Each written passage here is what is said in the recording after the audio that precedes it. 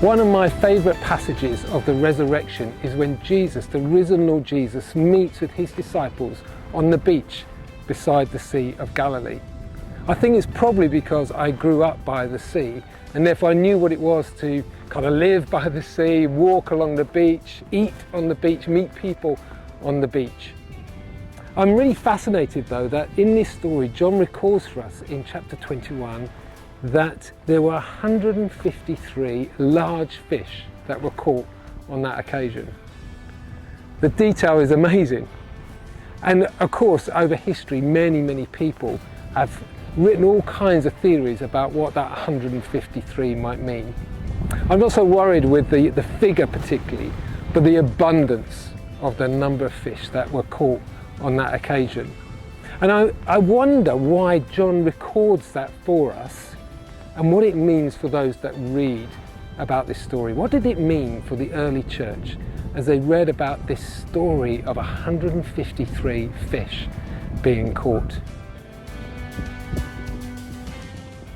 It seems to me that Simon Peter, having been told by Jesus to go to the Sea of Galilee and wait for him there, gets there and eventually decides and says to his friends that he's going to go fishing.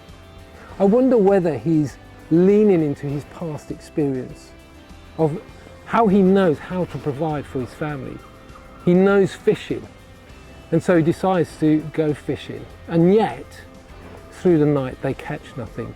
It's not until Jesus arrives, and a stranger at first on the beach, who tells them to cast their nets on the right side of the boat, that they catch this incredible number of fish, 153. And I wonder whether there's a transition happening here through this passage, or this moment in the lives of the disciples, where they need to learn that they're going to move from the past, pre-resurrection, into the future, post-resurrection. That the risen Lord Jesus will provide for all their needs. However much we know, however much we've experienced, whatever we bring of the past, that is valuable to the kingdom. The most valuable thing is the risen Lord Jesus himself, and his instruction over our lives and his provision for us as we move forward. And in our day, it's very easy for us as churches to be worried about the provision that we will have, the finances or the resources that God might give us. But it seems to me that John in his story is saying there's always 153 fish, large fish, on the other side of the boat as we trust in the provision of the risen Lord Jesus. It's very easy to trust in what we know. It's very difficult to trust in what we don't know.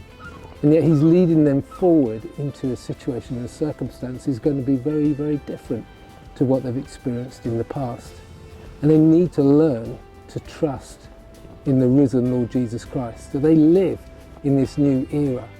And therefore it's not about leaning into their own strength and trusting in what they know, but actually trusting in what they yet don't know, but trusting in Jesus. And so he can supply all their needs as they move forward as the early church. And that's true of us too, that we are going and moving into a place that we've not yet been, and it's very easy to trust in what we've experienced before in the past and get back in the boat and do the things that we've always done, rather than actually saying, Lord, where do you want to take us next? Where are you leading us forward? And how do we trust you as we walk forward into the future? And finally, I wonder whether much of this story is about telling the disciples or helping the disciples to realize that God's provision in this new resurrected age as they follow the risen Lord Jesus Christ is plentiful. Not just plentiful, but abundant. 153 fish. What did they do with these 153 fish? Well, some they ate, but they didn't eat them all for breakfast. I guess some of it went back to the town, to their families, but much of it would have been sold. God's provision is great. God's provision is plentiful. And I think Jesus is teaching them, and John wants to encourage the church to say that as you follow the risen Lord Jesus, All the resource of heaven is available to us, and it is plentiful. And so from everyone at SEBA, we hope that you have had a really blessed Easter.